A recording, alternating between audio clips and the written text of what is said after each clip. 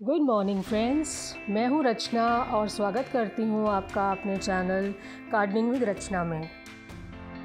Friends, आज मैं आपसे एक बहुत सुंदर दिखने वाली एक खुशबूदार बेल के बारे में बात करूँगी जिसका नाम है मधुमालती या फिर हम इस इंग्लिश में रंगून क्रीपर भी कहते हैं। ये देखिए फ्रेंड्स, मैंने मेरे यहाँ एक देसी वैरायटी की मधुमालती लगाया है और वैसे तो ये दो वैराइटीज़ में अवेलेबल होते हैं मार्केट में। एक देसी वैरायटी आती है और एक जो है वो हाइब्रिड वैरायटी भी आती है, पर मैंने देसी वैरायटी ही लगाया है। दोनों में डिफरेंस ये होता है कि जो देसी वैरायटी होती है इसके जो खुशबू होती है फूलों की वो बहुत ज़्यादा होती है और फूल का साइज़ भी थोड़ा बड़ा होता है। बट जो हाइब्रिड वैरायटी होती है इसमें फूलों का साइज़ भी थोड़ा छोटा रहता है और दूसरी बात है उसमें खुशबू बहुत ना के बराबर ही होती है। तो मैंने इसीलिए अपने घर में देसी वैरायटी लगाई है ताकि मैं इसकी खुशबू का पूरा आनंद ले सकूं। इसके खुशबूदार फूल जो हैं वो गुच्छे में निकलते हैं और ये आराम से 4-5 दिन तक आसानी से टिके रहते हैं।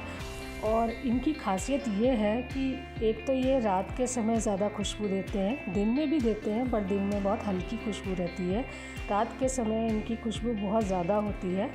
और दूसरा कि ये जब खिलते हैं तो पहले ये वाइट कलर के होते हैं, फिर धीरे धीरे ये थोड़ा सा पिंक शेड की तरफ चले जाते हैं और उसके बाद धीरे धीरे ये पूरे के पूरे डार्क पिंक या डार्क रेड कलर के होने लगते हैं। आज मैं 4 इजी स्टेप्स में आपके साथ शेयर करूंगी कि मधुमालती की बेल को हमें पूरे साल किस तरह से उसकी देखभाल करनी है और फरवरी मार्च में हम उसकी ऐसी क्या ख़ास देखभाल करें कि हमको पूरा मानसून तक उसमें भर भर के फूल मिलें। तो पहला स्टेप है व्हेन टू प्रून या प्रूनिंग हमें कब करनी चाहिए। अगर प्रूनिंग की बात करें तो प्रूनिंग का राइट टाइम क्या है।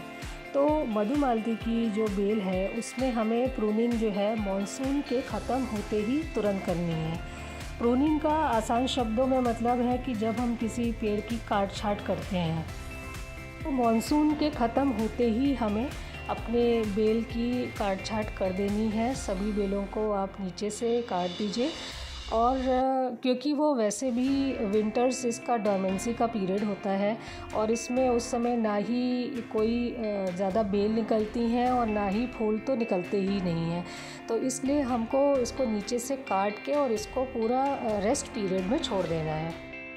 पर पूरे विंटर्स हमें इसको टाइम टू टाइम पानी देते रहना है और आप देखेंगे कि जैसे ही फरवरी का मंथ स्टार्ट होगा, थोड़ी सी हल्की हल्की मौसम में गर्माहट शुरू होगी, आप देखेंगे कि इसमें नीचे से कई जगह से बेलें निकलना शुरू हो जाएंगी, कई जगह पत्तियां फूटने लगेंगी।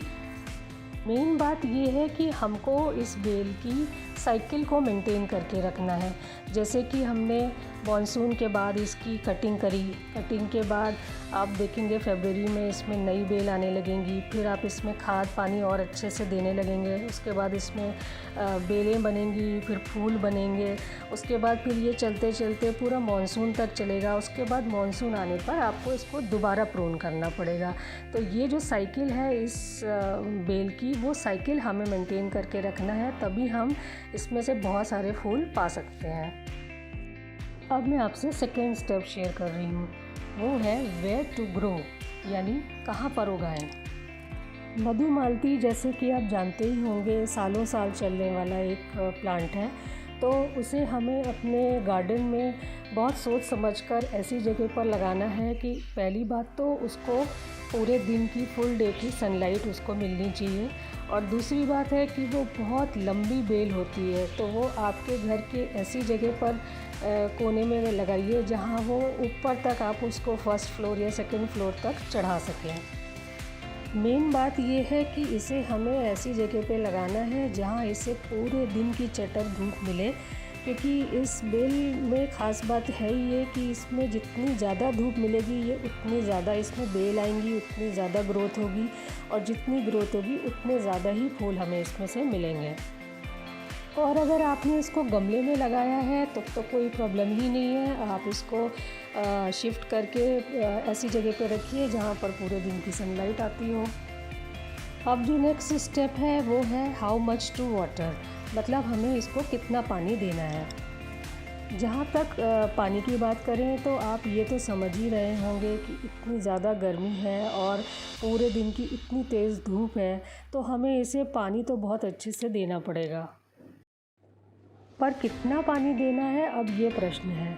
तो अगर आपने मधुमालती बेल को ज़मीन में लगाया है तब तो पानी की कोई चिंता की बात नहीं है, क्योंकि अगर आपने ज़्यादा पानी भी डाल दिया तो भी उसको नुकसान कुछ नहीं पहुंचेगा, पानी नीचे ज़मीन में सीप कर जाएगा। पर अगर आपने गमले में मधुमालती लगाया है तब आपको पानी का बहुत ख़ास ध्यान रखना पड़ेगा, क्योंकि इसमें ओवर वाटरिंग बिल्कुल भी नहीं चलेगी। मतलब पानी जो है वो आपको बहुत लिमिटेड देना पड़ेगा गमले में, और मिट्टी भी उस गमले की बहुत वेल ड्रेन्ड होनी चाहिए, और साथ ही साथ वो गमला खुद भी बहुत वेल ड्रेन, नीचे उसके अच्छे होल्स होने चाहिए ताकि एक्सेसिव पानी जो है वो निकल जाए। अगर आपने इस बेल में ओवर वाटरिंग करी तो आपके बेल के सभी पत्तियां जो हैं वो पीली होकर गिरने लगेंगी और उसमें बहुत ही कम दिनों के लिए फूल टिकेंगे। और इसी के साथ साथ इसमें आपको दूसरी चीज़ जो ध्यान रखनी है, इसको अंडर वाटरिंग वाली स्टेज में भी नहीं रखना है, क्योंकि अगर अंडर वाटरिंग भी रहेगी तब भी इसके पत्ते पीले होकर गिरने लगेंगे, और जितने दिन फूल उसमें टिके भी रहेंगे वो पूरे झुके झुके से लटके से आपको दिखेंगे, उसमें फूल फ्रेश नहीं दिखेंगे। तो आपको अंडर वाटरिंग भी इसमें नहीं करनी है। फोर्थ एंड फाइनल स्टेप है व्हाट टू फर्टिलाइज़, यानी क्या खाद दें।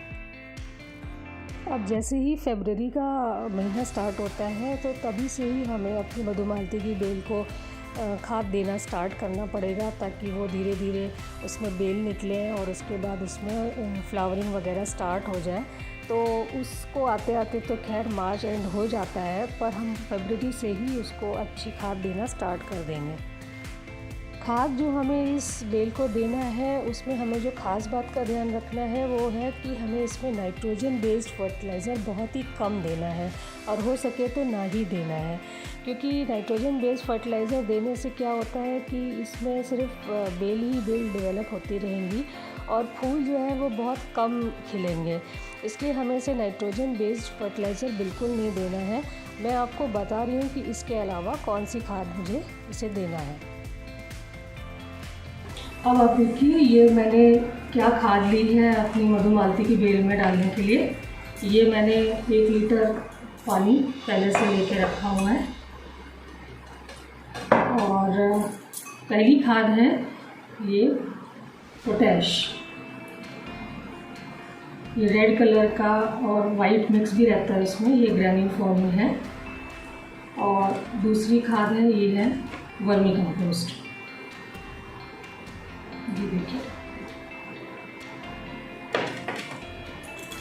तीसरी है ये बोन मील, और चौथी है ये नीम खली। तो हमें अब क्या करना है कि इनका एक कॉम्बिनेशन बना के 1 लीटर पानी में इनको भिगो के रखना है, क्योंकि गर्मी के दिन है तो हम लोगों को लिक्विड फर्टिलाइज़र ही प्रेफर करना चाहिए पेड़ों को देने के लिए, सभी टाइप के प्लांट्स को देने के लिए। तो ये पोटैश मैं ले रही हूँ 1 स्पून, और नीम खली इसके मैं ले रही हूँ 3 स्पून, और बोन मील भी मैं ले रही हूँ 4 स्पून। हालांकि ये पूरा डिज़ोल्व उसमें नहीं होगा, बट अब मैं बना रही हूँ तो मैंने इसी में ही डाल दिया है। आप चाहें तो इसे स्किप भी कर सकते हैं, बहुत से लोग प्रेफर नहीं करते हैं तो इसे स्किप भी कर सकते हैं। अब ये है वर्मी कंपोस्ट, तो ये तो हम अंदाजे से कह लीजिए कि 1 से 2 मुट्ठी, मैं 2 मुट्ठी जो है इसमें पूरी डाल दे रही हूँ।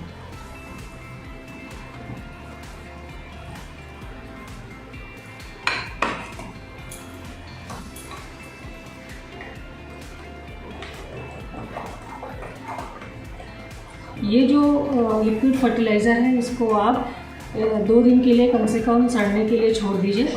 और उसके बाद आप इसको जब खोलेंगे 2 दिन के बाद, इसको ढक के रखना है आपको थोड़ा सी छाँव वाली जगह में। और इसका ढक्कन है, मैं अभी इसको बंद कर दूँगी।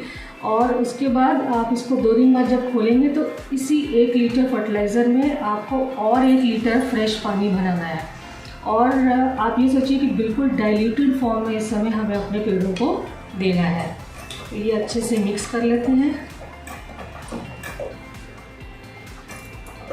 और अब मैं इसको 2 दिन के लिए ऐसे ही सड़ने के लिए छोड़ दूँगी। और बाद में 2 दिन के बाद इसको अपने पेड़ों में 1 लीटर पानी और इसमें डाइल्यूट करके मिक्स करके फिर मैं अपने मधुमालती के पेड़ को दूँगी। ये लिक्विड फर्टिलाइज़र जो मैं आपको बता रही हूँ, ये आपको अपने मधुमालती की बेल में मिट्टी में इसको हर 15 से 20 दिन के गैप में डालना है। तो फ्रेंड्स, आज मैंने मधुमालती से related care and tips 4 easy steps में आप लोगों को बताया है। तो अगर आपको मेरा ये वीडियो पसंद आया तो काइंडली इसे लाइक, शेयर एंड सब्सक्राइब करें। Okay friends, thank you, bye.